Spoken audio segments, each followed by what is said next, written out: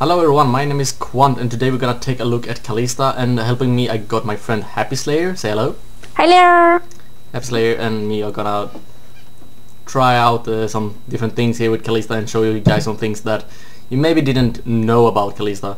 I didn't really plan on doing this video at first, but when I played her I thought there were so many things that were misunderstood or just flat out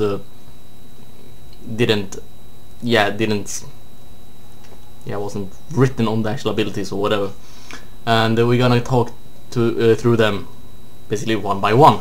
The first thing I want to talk about is her passive, and I'm not gonna go through the entire abilities that she got. If you want to get a champion spotlight, then go check out the champion spotlight. But one thing they did in the champion spotlight that I found a little weird was that they showed where she can jump over walls using her Q to trigger her passive. And when they did that, they were facing the same way that you jumped. So if they wanted to jump a wall right here, they faced in that direction that they wanted to jump over the wall, which seemed a little weird, because if you just read on the abilities itself, it says dash distance scales with boot tiers and is 25% greater when lunged backwards. And to make you lunge backwards, don't you shoot your Q in the opposite direction of what you're trying to jump. And this is a little weird, but I'm gonna show you this. So I'm gonna take my Q here and I'm gonna shoot in the same direction I'm gonna jump. And as you can see, I got to basically the edge here of the stairs. I'm gonna teleport so I get to the exact same spot, and I'm gonna do it in reverse. So I'm gonna shoot in this way and jump backwards. You can see I didn't get any further. In fact, I almost even got less far, which is a little weird. I can do it again just so you can see. I shoot and I jump. You can see I kinda just got there. I just walked a little bit after the cost. So Q does not actually scale with the fact that you jump further if you jumped backwards, which is a little weird, because nowhere on either Q or your passive does it say that you actually jump pretty much further if used in the same direction you wanna throw at. But it seems like it does, and I just flash for absolute no reason. And also one thing, boots scale with how far you dash with your passive. And you can see it basically just increases a tiny bit, but you can jump over most of the walls. You actually can jump over normally, like for example here, here and here, without boots. And that's a little bit weird, but that's how it is. And even if you scale up your boots, you cannot really, as far as I found, you cannot really jump any other ways where you otherwise cannot, and it's very tricky to get her to jump over walls. So even though you know where to stand, it's super tricky. It's like needless pounds. You can see sometimes it just purely doesn't work. And I've done this without boots, and now I even have boots. So one should think it should be easier now, and you can see I cannot seem to do it right now.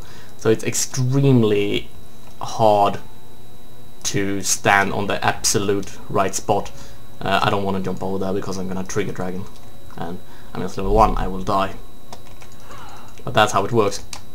So when you just auto attack something and jump backwards, you jump further. But if you use your Q, you basically jump at least as far if you jump forward as backwards. So that's something to keep in mind. Another thing that is good to mention on Kalista is that you can actually use your E, the rend, while you're in mid-air. So if you just jump around like this, you can just use it mid-air like that. It doesn't really interrupt, or you don't have to stand still or something like that. So that's something to keep in mind. If you like, oh no, I need to last hit it, and you have 2 spears on him, you can just jump, jump, and then you just rend in midair. There I rend and the auto attack hit, so it was actually not the rend that lasted that, which is the reason why I got it still on cooldown. One thing you can keep in mind when you play Kalista, or if you're up against Kalista, whatever, is that if they got Hurricane, they actually trigger spears on all 3 auto attacks. This can give an incredible wave clear, but in terms of team fight, I don't think it's so strong as it appears to be.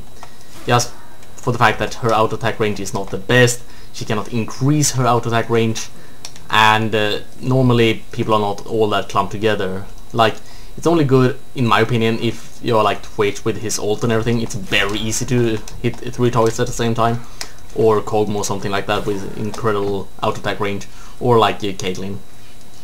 But it's something definitely to keep in mind, as it can make you an incredibly fast split pusher and make you way more effective in the jungle. And as you can see, if I last hit this one with my rend, it still doesn't go on cooldown, as explained in the champion spotlight, so it's extremely easy to farm with it like this. You can basically spam your rend, as it basically never goes on cooldown. As soon as you just kill something, it just, yeah, it works very, very, very good.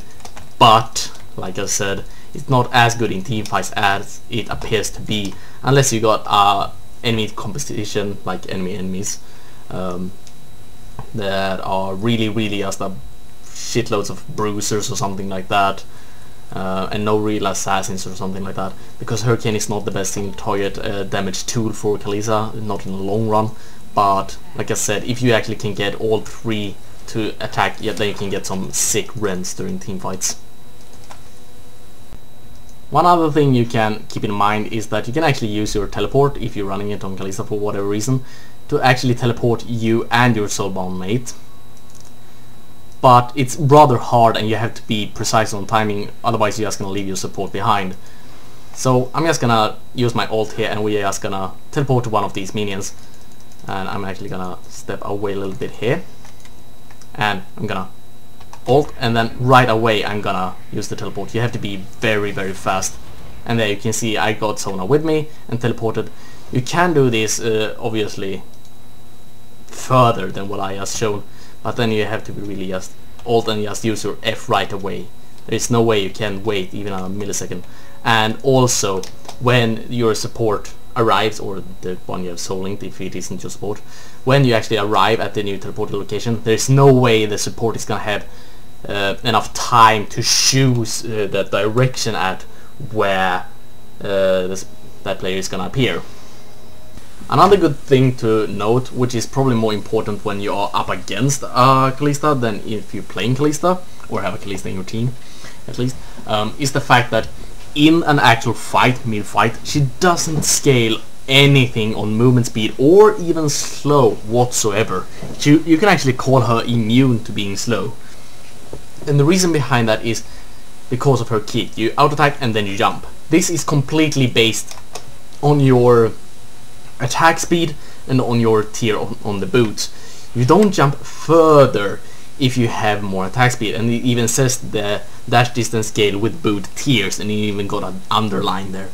So just flat out attack speed or something like that doesn't work. To demonstrate this, I'm gonna attack my friend here, Slayer, which is Cillian this time, helping me around. I'm gonna attack 2 times, and then I'm gonna activate both Ghost and Heal to give me a great movement speed boost. And you're gonna see that there's basically no difference in the distance I'm actually jumping between my attacks.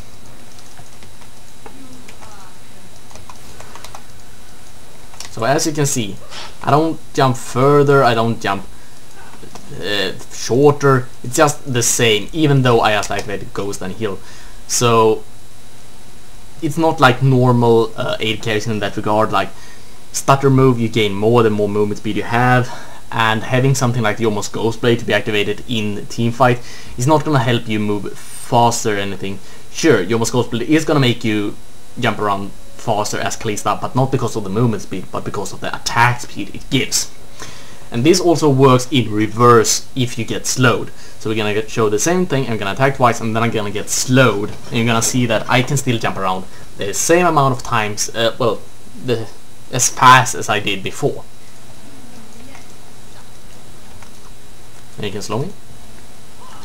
You can see I still jump around as much, even though I got slowed. So that's something you really should consider when you're up against Kalista or something like that. If they know what they are doing, that is, if they actually instead of just running away when they get slow, they actually attack and jump backwards all the time. It's not a good idea to actually slow her. This is actually something that I actually kinda would like to see getting fixed, because it means that champions that only got slows to work with basically have no way to reach Kalista like whatsoever. Like if you're Singe, for example, or even Nasus. Well, Nasus is gonna work somewhat because his slow also removes some attack speed, which is gonna make you easier to catch the target. But something like Cillian's slow is not gonna work, and many other slows are not gonna work whatsoever if the Kalista know what they are doing, yes, attacking and then backing away. So that is something that you really need to keep in mind, and something that I personally would like to see fixed. And that's basically the only thing at the moment I think is so OP about Kalista. It's not the fact that she can jump around so much. That's supposed to be her kit, and if she doesn't have damage to compensate for the fact that she got loads of mobility, but the fact that slow doesn't affect her whatsoever is a bit concerning. One more thing to keep in mind is the fact that Kalista got kind of like a hidden attack speed cap. So many of the newer players that play her and everything might think like, oh, more attack speed and I can jump around more, right? And yes, that is true until you get to a certain point. And that point is when the jump animation makes it so you actually don't get your auto attack animations out. And what I mean here is that if you just attack and jump, and all this, the actual jump animation is probably longer than it would be if you had not jumped and just choose to do another auto attack.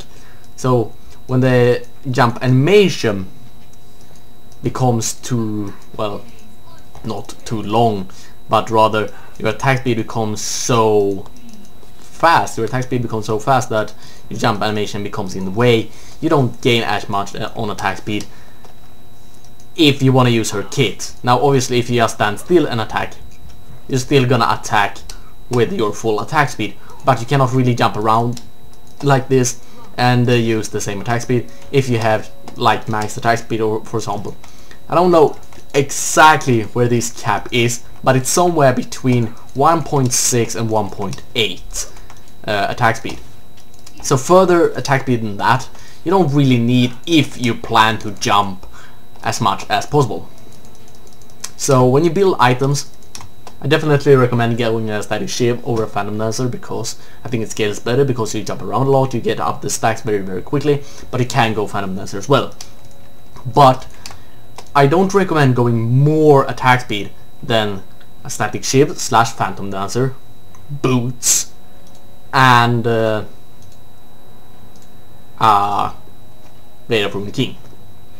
I don't recommend going more than that. You can go a Ghost Blade, but then you basically have to compensate, like, oh, I want to go Ghost Blade. Well, okay, do that, but then you don't gonna go the Blade of Ruined King. So what do I think about Kalista? I think her kit is really unique and really fun to play, but I think she is, as most new champions, they either get the OP or UP staple on them, and Kalista is one of those that she got the OP stample right on the face. Like, she jumps around so much, she's super hard to hit and everything. So many people just flat out think she's OP, and I can understand why they could see that in the first glance. But yeah, she's strong, she definitely is, but she got weaknesses, as all AD carries really. Kalista's main weakness is that she's probably the weakest AD carry of them all in just pure flat damage output. And during laning phase, and some of you might think like, oh, she got a bad laning phase. Well, not really, because her mobility is compensating that part rather well. Compared to like Twitch, Twitch got a really good late game comp and really mid to late game, but his early game is rather weak. Kalista's early game is weak as well, but Kalista got at least some good mobility to compensate for her lack of power. So in laning phase you can rather easily poke with your Q and everything. Now that went straight to hell because of some small lag, and yeah, there are quite a bit of small lag, but whatever. So sorry. So she got a little bit of an OP staple there, but I think she's actually rather balanced because of her damage output. Her damage output is low, and it's supposed to be. She's a evasive AD carry kinda. She's very mobile and even got some great utilities like this Spectre thing here that she can pull in her support and throw away. Means that she can engage slash disengage, or just save your support or whatever. So she's more of a utility and mobility champ than just pure out damage output, and her damage is not bad, I'm not really saying that, but her damage output is probably one of the weakest. Like the only AD carry that I can think that got like weaker damage than her is probably like Caitlyn or something like that, but even Caitlyn got a rather strong passive. Her headshot can deal loads of damage, and even her ult and Q combo and everything can deal quite a bit of damage towards mid to late game. Kalista still does quite a bit of damage, but as do all AD carries, it's their job. But if I have to compare, she's probably one of the AD carries with the lowest damage. So when you play her in the bot lane, don't just go all out or something like that. It's probably not gonna work. Instead, try and whittle down your enemies and have your support help you trigger your W and everything to get some rather nice harass, because if you can get a support to trigger your W, all of a sudden your damage output is actually rather okay. And that's also one thing. People are generally a little bit misunderstood about what support she fits with. Many people think like, oh, she's the best with just tanky supports that she can just throw in with her ult, and yeah, while it's good to throw in your support and everything, most tanky supports already got a good engage of their own. Like for example, Leona, oh, she must be very strong, you can throw in Leona and then she's right in their face.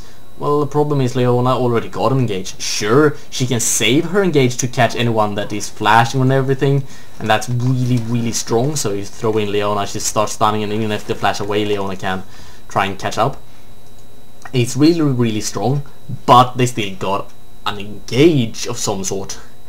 And also the main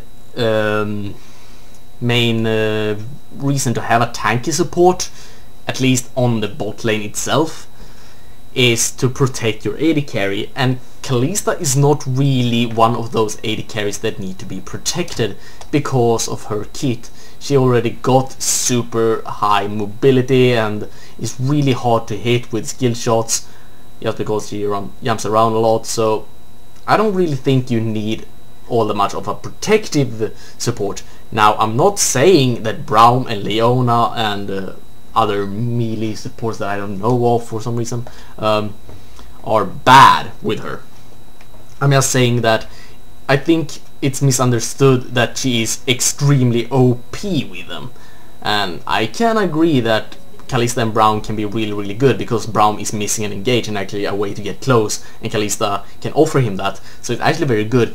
But in the actual laning phase, I think it's not as strong as some other supports, mainly because Thresh is Braum is very bad at triggering the Sentinel's passive, and Braum does not give super much power to the actual laning phase either. And Kalista, like I said, got a rather weak damage, so I actually think she works way better with something like Sona, for example, which is probably one of the supports with highest damage output and just can be really harass heavy and just poke them.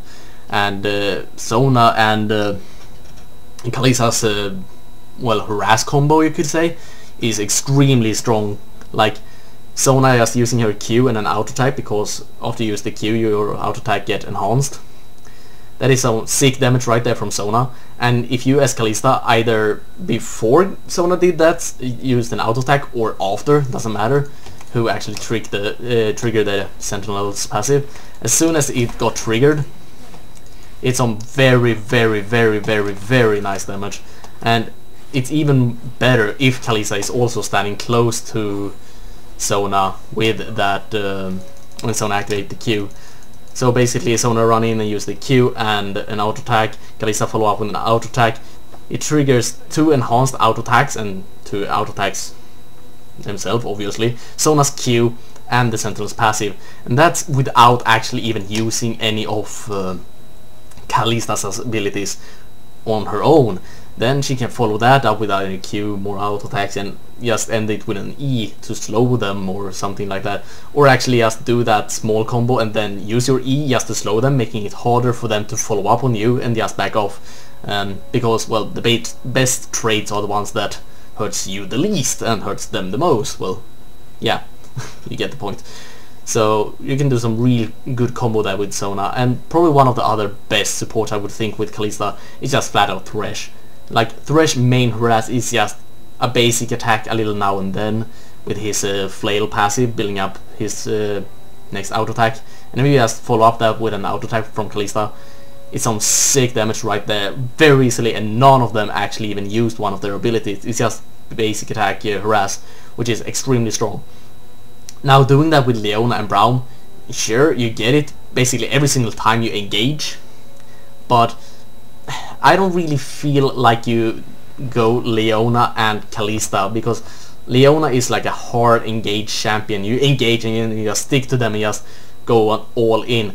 Kalista I don't feel is very good at the all in, just because, like I said, her kit doesn't have the damage for it. Now obviously if Leona is good enough to lock down the AD carry, thank you. If Leona is good enough to lock down the enemy AD carry, then obviously Kalista can out-trade the enemy AD carry, obviously. But I think there are other supports that are better.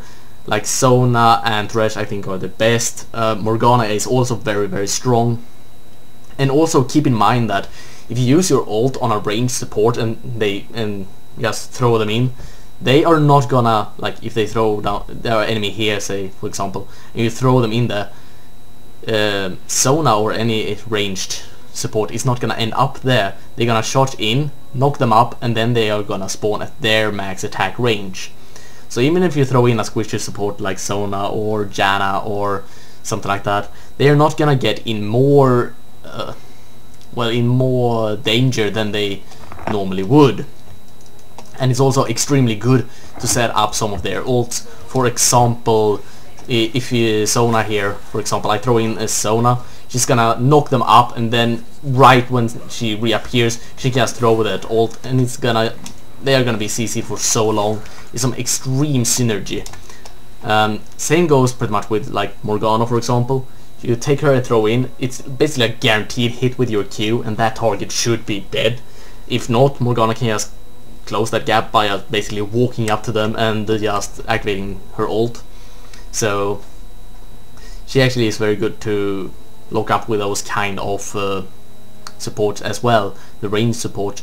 Obviously throwing Braum into the middle of them is really scary, because Braum is normally missing an engage, and she's very versatile in that regard. Even if you have a team that have basically no real engage, she can turn that into an engager if you choose to link with them. Like for example, if you have a scanner in the jungle and none other in your team can engage, then it might actually be worth linking up with the jungler scanner, for example, to throw him into the team fights with ult. I don't think it's really worth though, because if you don't use your passive on the lane phase, you're gonna lose very much power. But it's definitely something to keep in mind. Like if you accidentally get into a team with no engage whatsoever, it could actually be worth to just take your tankiest champion and just throw him in. But then again, you basically, like I said, want to have your passive spellbound thing on your lane, and that's also one of the reasons why I'm pretty much against her going mid and top and stuff like that. Like, it could be strong to go top lane and choose to link to your your jungler. But if your jungler doesn't show up as many times as you maybe plan to, it's not gonna be worth. And especially so if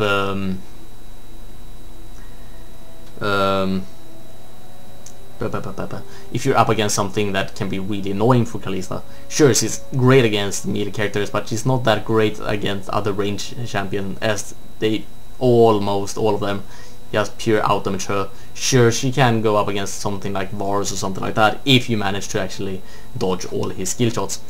And that's also one other of my misconceptions about this champion. Many people think like, oh, she's so OP, she can dodge everything. But keep in mind that you jump around so much, it's very hard to actually actively dodge different abilities more than just keeping you jumped around like crazy. Like, I don't know where I'm gonna end up next. Like, maybe you can actively dodge if you throw a Q and then just jump in a direction, obviously. If you see Thresh shooting up his hook or something, you can obviously just dodge it by just jump to the side with your Q. But if you are actively in an actual fight, you're basically just gonna jump around like crazy, getting distance, and yeah, you're not gonna pay all that, well, obviously you should pay all your attention to actually skill shots and all of that, but as soon as you attack and click where you're gonna jump, you cannot cancel that, and it takes some time for you to actually end up there. So you attack and boom, and whoops, it's a skill shot coming that way. You cannot really stop your jump. So sure, a good Kalista is better at dodging than a bad Kalista, but I think that it's not really much dodging. It's more that Kalista is very hard to hit with skill shot because she jumps around so much. But it's actually rather hard to just flat out dodge, because when you dodge, you basically try to read where they are gonna shoot, and then you just go to the side, or you actually see where they shoot and you go to the side. And it's very hard to do that when you're just constantly jumping around. It doesn't mean that you cannot dodge whatsoever. I'm not saying that, oh, she's not dodging, she's just jumping around and you make the enemy miss, but it's more like that than most people think. It's not like just because you can jump around after each auto attack, you're gonna dodge everything. I've had a match where I was up against a Leona, and like 2 or 3 times in the laning phase alone, I accidentally jumped into Leona's charge because she charged up before, well, basically mid attack, so I were already clicked where I wanted to jump, and there was no way I can interrupt that, and it was basically just like I jumped into her charge. Now, it's obviously harder to hit Kalista than other AD carries, probably, but what I'm saying is that it's actually easier to dodge with something like Lucian's Relentless Assault or Graves' Quick Draw, because they are quick and they happen right away in the direction you want, instead of having you to charge up a Q or actually just try and auto attack and jump out of the way of a skill shot. But it's gonna be harder to hit her because she moves around so much. So that's one misconception. And also, when it comes to late game, people might think that she's so OP in teamfights, and while I can say she can be extremely hard to kill, she does not prevent the same firepower as other AD carries. If you have a misfortune in your team and you're up against a Kalista, you can pretty much guarantee that you're gonna do more damage than an enemy Kalista. If you find yourself in a teamfight and you just shoot your ult, that's quite a bit of damage, even though it's split amongst all of their enemies, which is not the best for an AD carry. AD carry is the best at singling out, but anyways, Misfortune gives more firepower than Kalista, even without the ult. Just activating your increased attack speed and then activating a Q is way more damage than Kalista probably can do. And many people are gonna be like, yeah, but Kalista's E is gonna do so much damage. And keep in mind, Kalista's E doesn't do all that much damage. You very rarely actually stack it up beyond 5 or something like that. Later team fights, if you have a tank up your face, maybe you are. But yeah, there's just some misconceptions about her. Her damage is weak. Her laning phase is weak in all-out fights. She's not as good with melee supports as people think. She still works great with them, but not as good as many people think. And she's just supposed to be really mobile. at what she does. So I hope that clears something out. But that's gonna be that. If you think I missed something, then type down in the comment section below what I missed. If you got other opinions, then let me know. If you think I was wrong about what I think about Kalista, or what I think was her best support composition and everything like that, just feel free to leave it down below and tell me why and something like that. It's always fun to have a little discussion up and going. But other than that, that's gonna be that, and I hope to see you guys next time. Bye bye.